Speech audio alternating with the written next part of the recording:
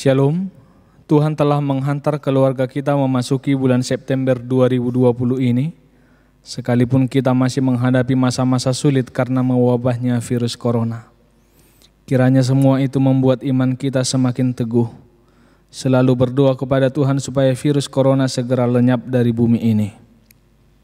Pujilah Tuhan, hai jiwaku, pujilah namanya yang kudus, hai segenap batinku. Pujilah Tuhan, hai jiwaku, dan janganlah lupakan segala kebaikannya. Biarlah Yesus yang selalu menyertai kita dalam kehidupan kita. Kita bernyanyi.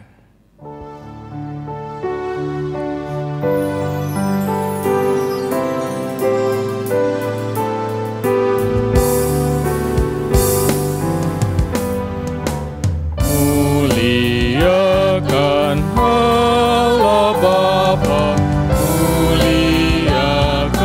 Putranya, muliakan Roh penghibur ketiganya yang esa. Haleluya, puji Dia kini dan selamanya. Muliakan Raja Kasih yang menjadi penebus, yang membuat kita waris kerajaannya terus. Haleluya, puji Dia, anak domba yang kudus.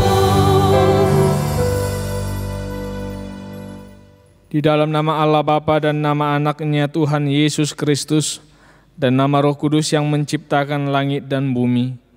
Amin.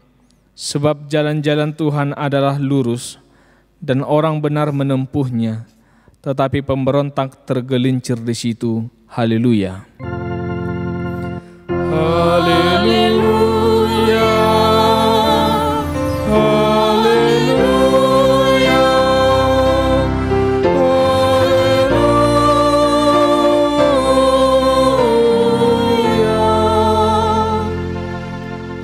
Marilah kita berdoa. Ya Tuhan Allah yang Maha Kuasa, Maha Benar dan Kudus, Engkau melawan dan mencerai-beraikan orang-orang yang congkak, tetapi menginginkan orang-orang yang rendah hati. Karena itu kami memohon kepadamu, tolonglah kami menjauhi kesombongan, supaya kami jangan tinggi hati, tetapi bimbinglah kami dengan Roh Kudus, supaya kami rendah hati, lemah lembut, penuh cinta kasih, jujur dan sopan terhadap sesama manusia, oleh karena Anak-Mu Tuhan Yesus Kristus. Amin.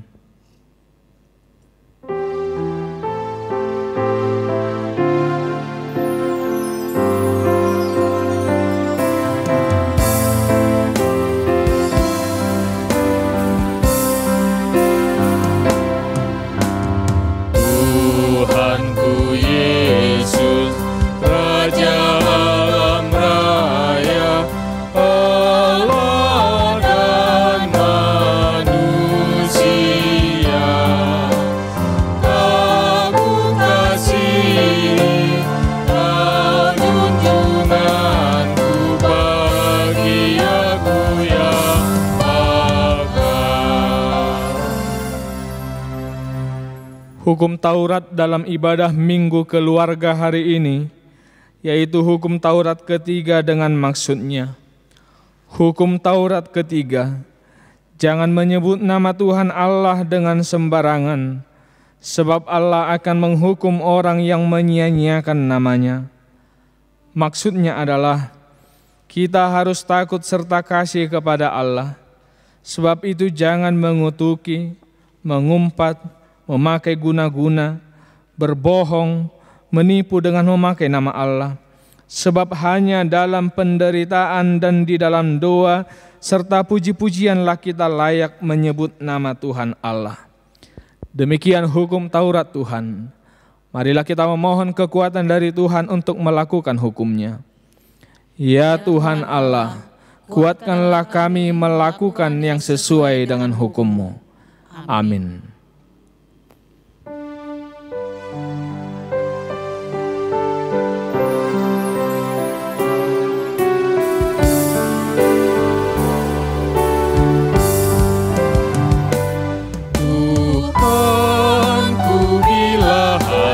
Kawanku terluka oleh tingkah ujarku, dan kehendakmu jadi panduku. Ampunilah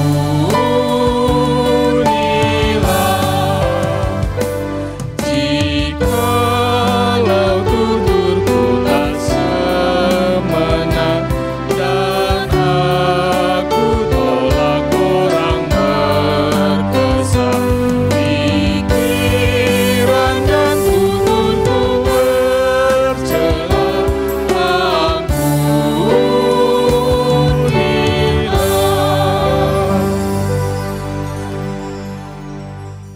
Sampai saat ini pandemi virus corona masih mengancam di sekeliling kita. Biarlah kita tidak mempersoalkan apa dan bagaimana itu telah terjadi. Tetapi satu hal yang harus selalu kita ingat, bahwa Tuhan mampu mengatasi itu. Hendaklah kita bersatu, bersujud di hadapan-Nya, berdoa dan berserah diri hanya ke dalam tangan pengasihan-Nya. Janganlah kita terlalu ketakutan dan panik. Firman Tuhan dalam kitab Yesaya 26 ayat 20 mengatakan, "Mari bangsaku, masuklah ke dalam kamarmu, tutuplah pintumu sesudah engkau masuk, bersembunyilah barang sesaat lamanya, sampai amarah itu berlalu. Dengan demikian serahkanlah dirimu kepada Tuhan." Ya Tuhan, kasihanilah kami, Engkau kami nanti-nantikan. Lindungilah kami setiap pagi dengan tangan-Mu. Ya, selamatkanlah kami di waktu kesesakan. Dampak virus corona telah meningkatkan perilaku orang-orang di sekeliling kita yang selalu melakukan yang tidak baik dan tidak mau melakukan kasih terhadap sesamanya demi kepentingan dirinya sendiri. Marilah kita teguhkan iman kita untuk tetap mengasihi sesama dengan menghidupi tema bulan September ini. Tetapi apabila engkau mengadakan perjamuan, undanglah orang-orang miskin, orang-orang cacat, orang-orang lumpuh, dan orang-orang buta. Ya Tuhan, kasihanilah kami, Engkau kami nanti-nantikan. Lindungilah kami setiap pagi dengan tangan-Mu. Ya, selamatkanlah kami di waktu kesesakan. Marilah kita berdoa. Ya Tuhan Bapa yang Maha Kasih, kami berkumpul bersama-sama berdoa padamu, bukan karena kebenaran kami, melainkan hanyalah karena belas kasihan-Mu yang besar. Kasihanilah dan ampunilah segala dosa dan kesalahan kami. Bangunkanlah hati dan jiwa kami, supaya kami dapat meninggalkan segala perbuatan kami yang jahat, dan kami beroleh hidup yang baru di dalam Yesus Kristus Tuhan kami. Amin. Janji Tuhan akan pengakuan dosa kita. Demikianlah firman Tuhan, janganlah takut, sebab aku telah menebus engkau. Aku telah memanggil engkau dengan namamu. Engkau ini kepunyaanku. Kemuliaan bagi Allah di tempat yang maha tinggi. Amin.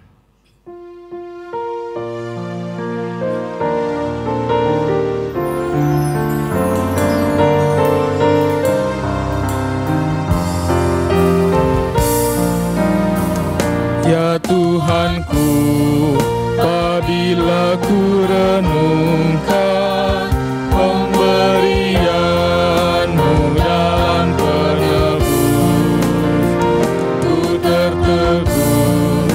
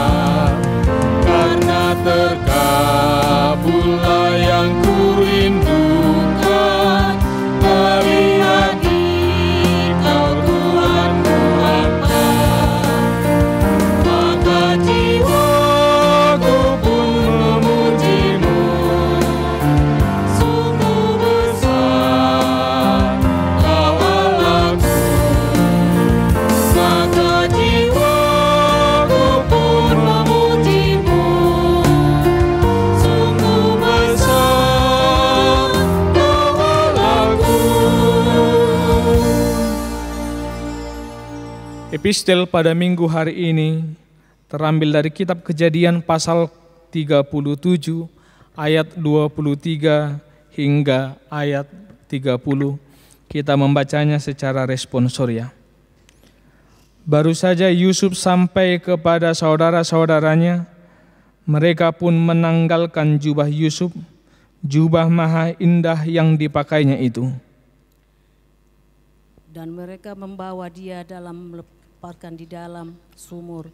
Sumur itu kosong, tidak berair. Kemudian duduklah mereka untuk makan. Ketika mereka mengangkat muka, kelihatanlah kepada mereka suatu kafilah orang Ismail datang dari Gilead dengan untanya yang membawa damar, balsam, dan damar ladan. Dalam perjalanannya mengangkut barang-barang itu ke Mesir. Lalu kata Yehuda kepada saudara-saudaranya itu, apakah untungnya kalau kita membunuh adik kita itu dan menyembunyikan darahnya? Marilah kita jual dia kepada orang Ismail ini, tetapi janganlah kita apa-apakan dia, karena ia saudara kita, darah daging kita. Dan saudara-saudaranya mendengarkan perkataannya itu.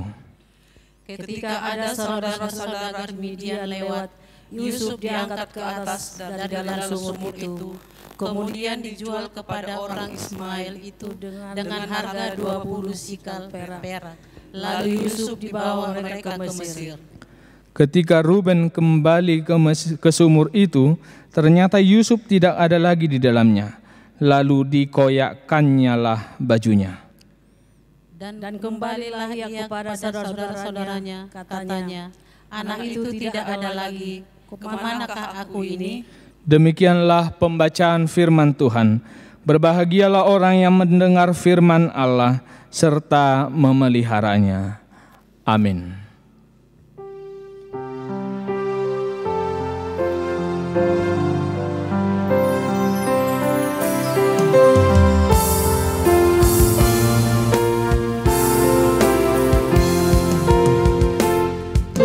Ku temukan dasar kuat, tempat berpaut jangkarku. Kekal ya Bapa, Kau membuat putramu dasar yang teguh. Biarpun dunia lenyap, pegangan hidupku tetap. Itulah rahmat yang abadi, yang melampaui akalku. Tuhan, Kau rangkul dalam kasih, pendosa yang menjauhimu. Hatimu hebat bergerak, mencari aku yang sesat. Marilah kita bersama-sama mengaku iman kepercayaan kita, sebagaimana teman-teman seiman di seluruh dunia, kita bersama-sama mengucapkannya. Aku percaya kepada Allah, Bapa yang Maha Kuasa, Khalik langit dan bumi. Aku percaya kepada Yesus Kristus, anaknya yang tunggal Tuhan kita, yang dikandung daripada Roh Kudus, lahir dari anak darah Maria, yang menderita sengsara di bawah pemerintahan Pontius Pilatus, disalibkan, mati dan dikuburkan, yang turun ke dalam kerajaan maut, pada hari yang ketiga bangkit pula dari antara orang mati, naik ke sorga, duduk di sebelah kanan Allah, Bapa yang Maha Kuasa. Dari sana akan datang kelak untuk menghakimi orang yang hidup dan yang mati. Aku percaya kepada Roh Kudus dan adanya satu gereja yang kudus, persekutuan orang kudus, pengampunan dosa, kebangkitan daging, dan hidup yang kekal. Amin.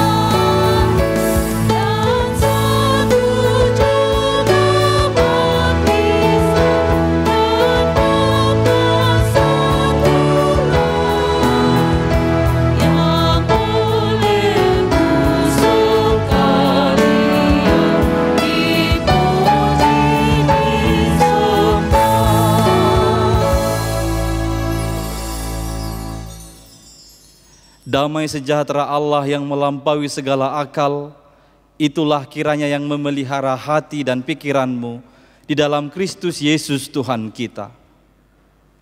Amin. Bapak, Ibu, saudara-saudari yang dikasihi oleh Tuhan Yesus Kristus, kita akan mendengarkan firman Tuhan, yaitu firman-Nya yang tertulis di dalam kitab Injil Matius pasal 27 ayatnya yang pertama sampai dengan ayat yang ke-10. Matius pasal 27 ayat 1 sampai dengan ayat 10. Saya akan membacakannya bagi kita semua. Beginilah firman Tuhan. Yesus diserahkan kepada Pilatus, kematian Yudas.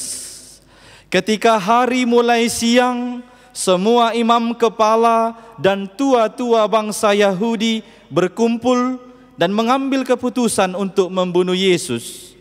Mereka membelenggu Dia, lalu membawanya dan menyerahkannya kepada Pilatus, wali negeri itu. Pada waktu Yudas yang menyerahkan Dia melihat bahwa Yesus telah dijatuhi hukuman mati, menyesallah ia.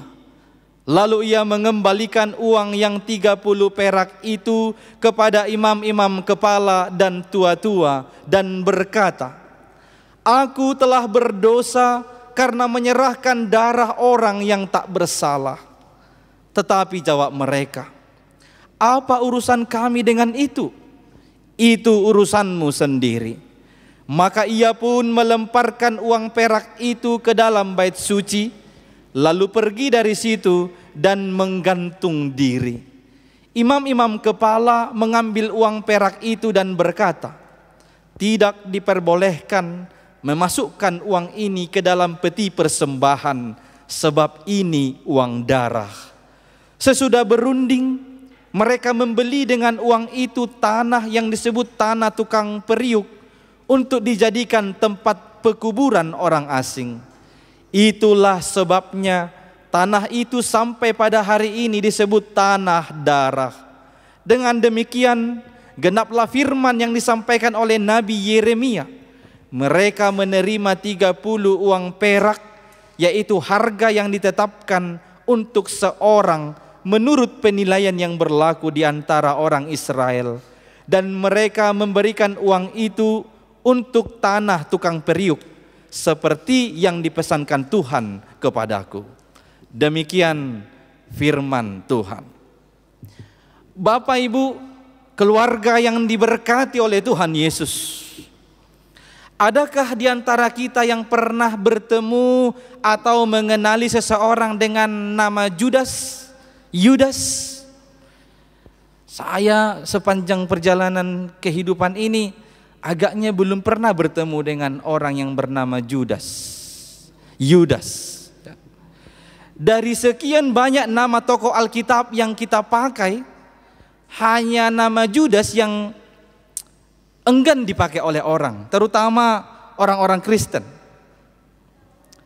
Hal ini dapat kita pahami karena ketika kita mendengar nama Judas, kita memang langsung mengingat tindakan pengkhianatan. Setiap kita mendengar kata Judas, maka ke dalam pikiran kita langsung timbul ingatan tentang tindakan pengkhianatan. Judas mengkhianati Yesus gurunya dengan menjualnya seharga 30 perak kepada imam-imam Yahudi.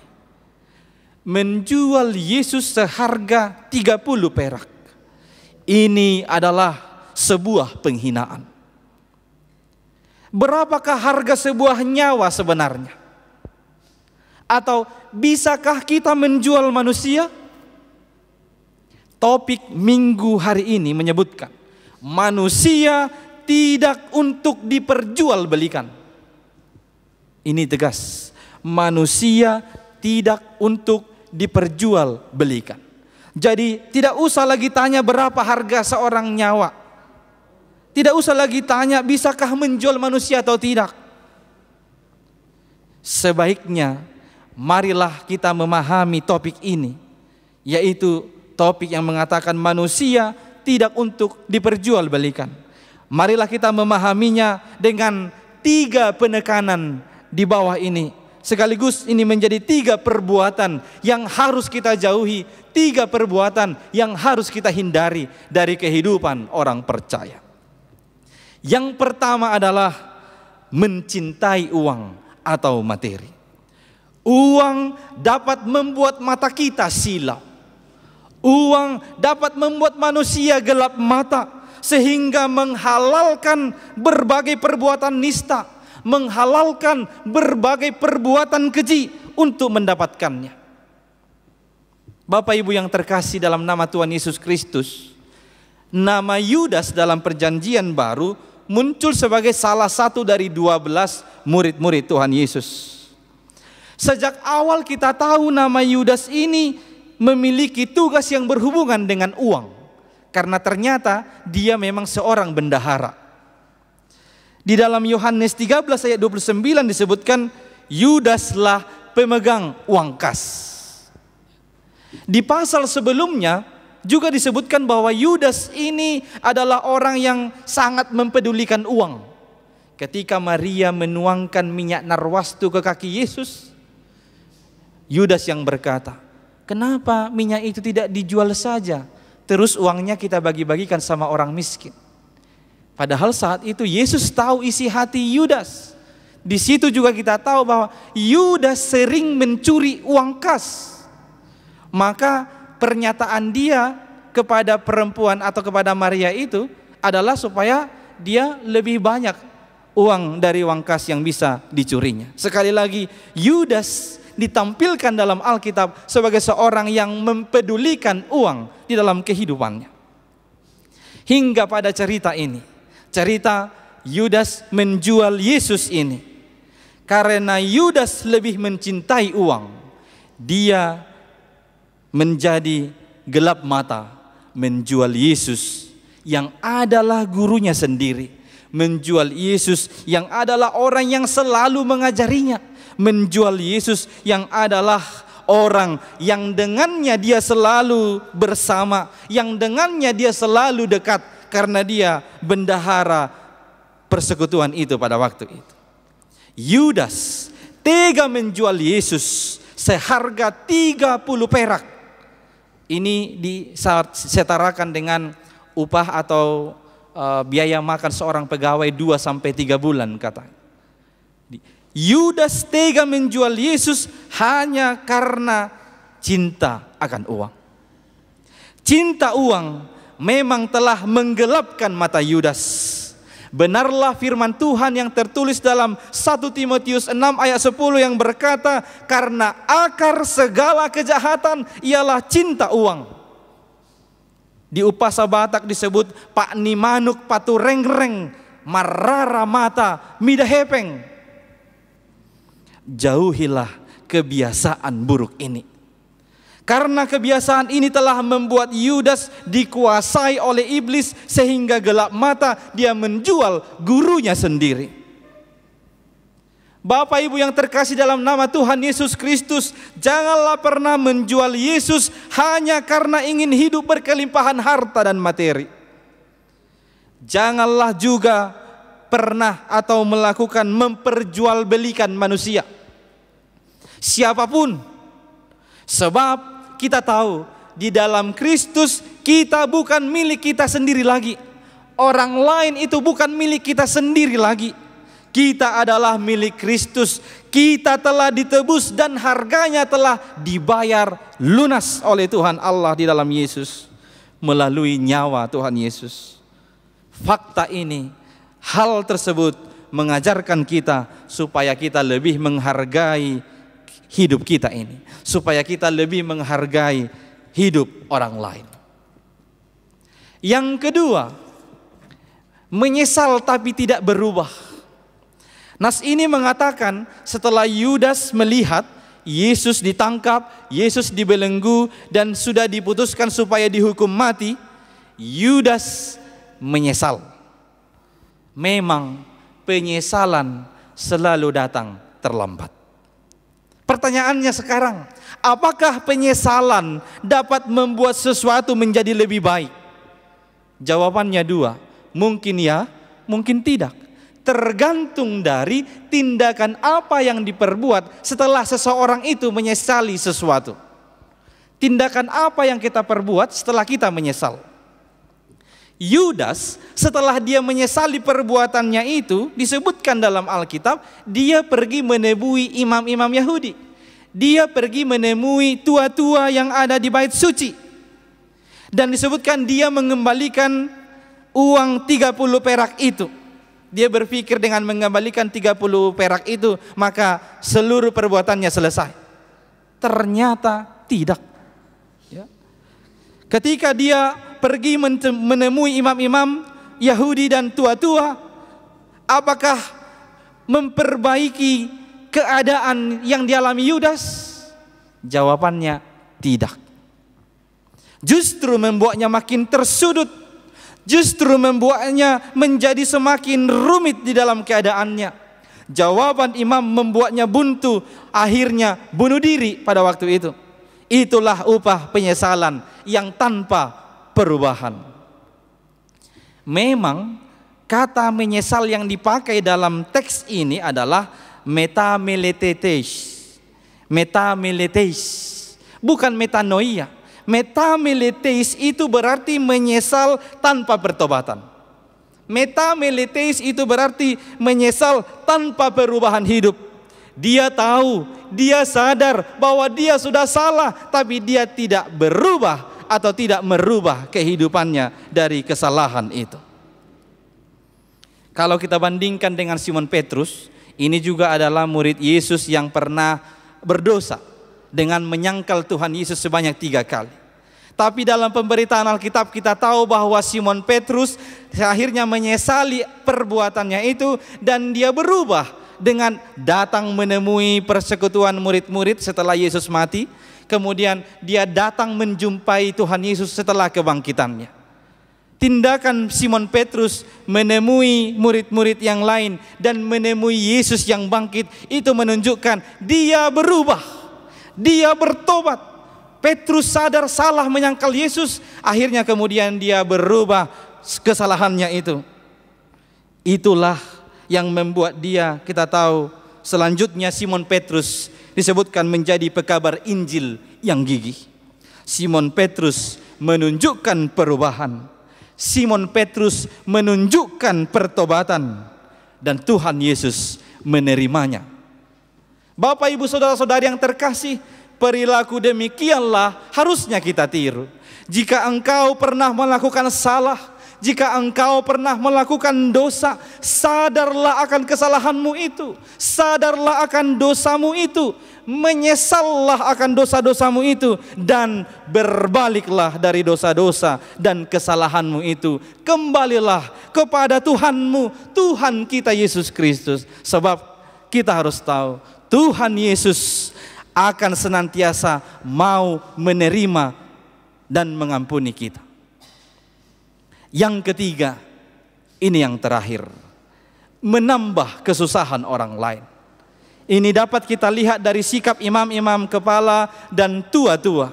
Ketika Yudas datang menemui mereka dan memberitahukan tentang kesusahannya karena telah menjual Yesus yang tidak bersalah itu, mereka tanpa peduli sedikit pun berkata, apa urusan kami dengan itu? Itu urusanmu sendiri. Ini adalah sikap yang sangat tidak Kristiani.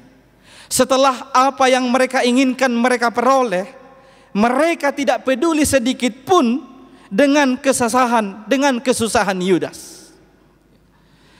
Jauhkanlah perbuatan-perbuatan seperti itu. Hal-hal yang demikian, Bapak Ibu, saudara-saudara yang terkasih, bisa saja terjadi dalam kehidupan kita tanpa kita sadari. Misalnya ketika ada orang yang benar-benar kesusahan dalam uang, dia minta tolong kepada kita, kemudian kita memberi uang kepada mereka, tetapi dengan syarat memberikan bunga yang sangat tinggi yang tidak mungkin bisa dibayarnya. Itu bukan menolong, tapi kita sedang menambah kesusahannya. Atau contoh lain, ada orang lain datang misalnya dari kampung, dia minta supaya ditolong untuk mencari pekerjaan. Kemudian kita memberikan dia pekerjaan. Kita tahu pekerjaan ini jahat, tapi kita berikan kepada dia. Misalnya dia menjadi kurir pembawa narkoba atau menjadi wanita tunasusila. Bapak Ibu, kita bukan sedang menolong, tapi kita sedang menambah kesusahannya. Tuhan Yesus mengajarkan kita untuk peduli dengan orang lain. Firman-Nya dalam Galatia 6 ayat 2 berkata, bertolong-tolonganlah menanggung bebanmu, demikianlah kamu memenuhi hukum Kristus. Akhirnya, jauhilah dari kehidupanmu mencintai uang, menyesal tanpa perubahan, dan menambah kesusahan orang lain. Sebaliknya, lakukanlah selalu mencintai Tuhan melebihi apapun, menyesali dosa kemudian bertobat, dan peduli kepada kesusahan orang lain. Amin. Kita berdoa. Terima kasih ya Allah atas firman-Mu yang telah kami dengarkan pada minggu hari ini. Engkau mengajar kami supaya kami benar-benar menghargai hidup kami dan menghargai kehidupan orang lain. Tuhan Allah, biarlah kami umat-Mu ini menjadi orang-orang yang tidak cinta akan uang, tapi kami mencintai Engkau melebihi apapun.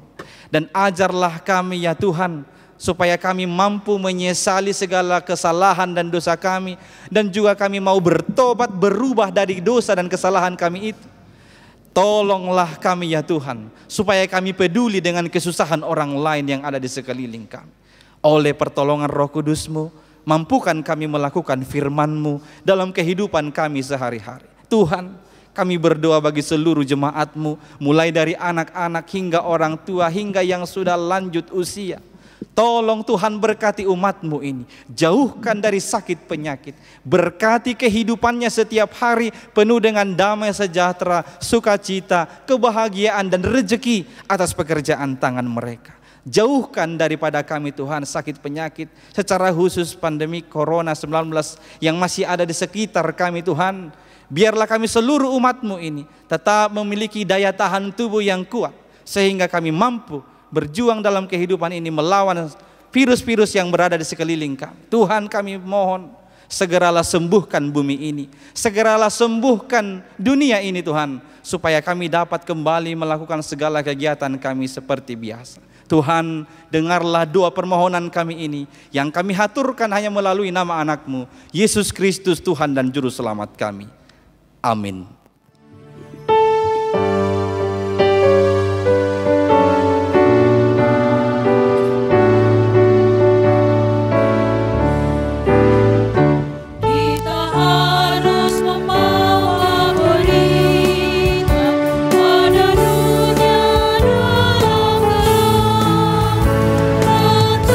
Kebenaran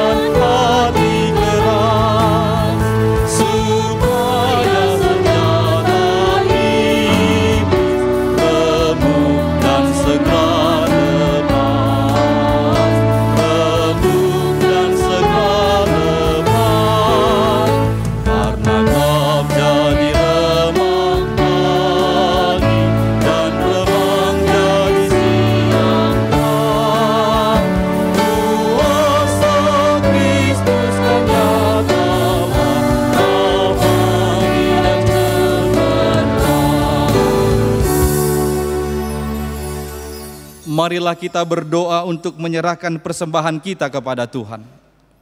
Ya Allah Bapa kami yang di surga, kami mengaku bahwa Tuhan adalah sumber dari segala karunia yang melimpah dalam kehidupan kami masing-masing.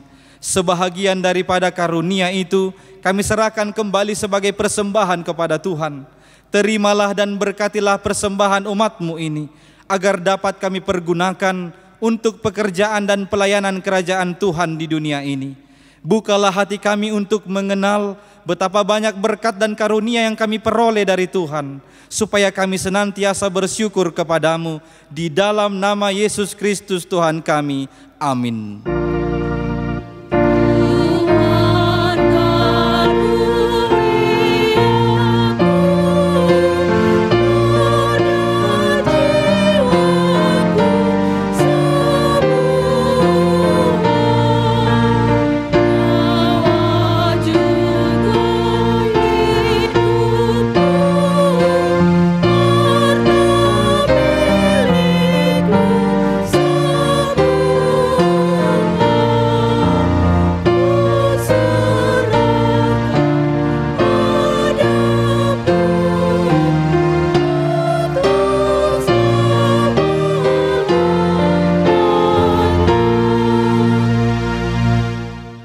Bapa kami yang di surga, dikuduskanlah namamu, datanglah kerajaan-Mu, jadilah kehendak-Mu di bumi seperti di surga.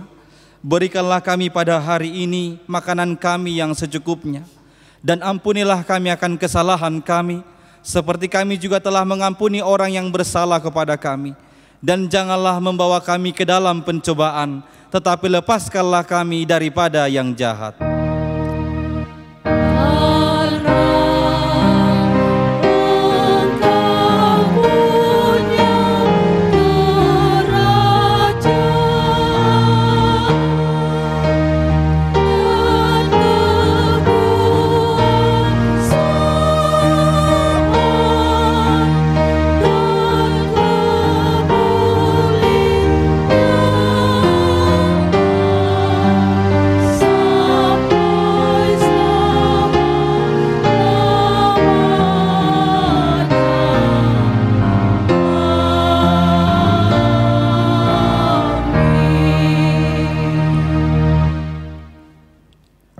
Tuhan memberkati engkau dan melindungi engkau. Tuhan menyinari engkau dengan wajah-Nya dan memberi engkau kasih karunia. Tuhan menghadapkan wajah-Nya kepadamu dan memberi engkau damai sejahtera.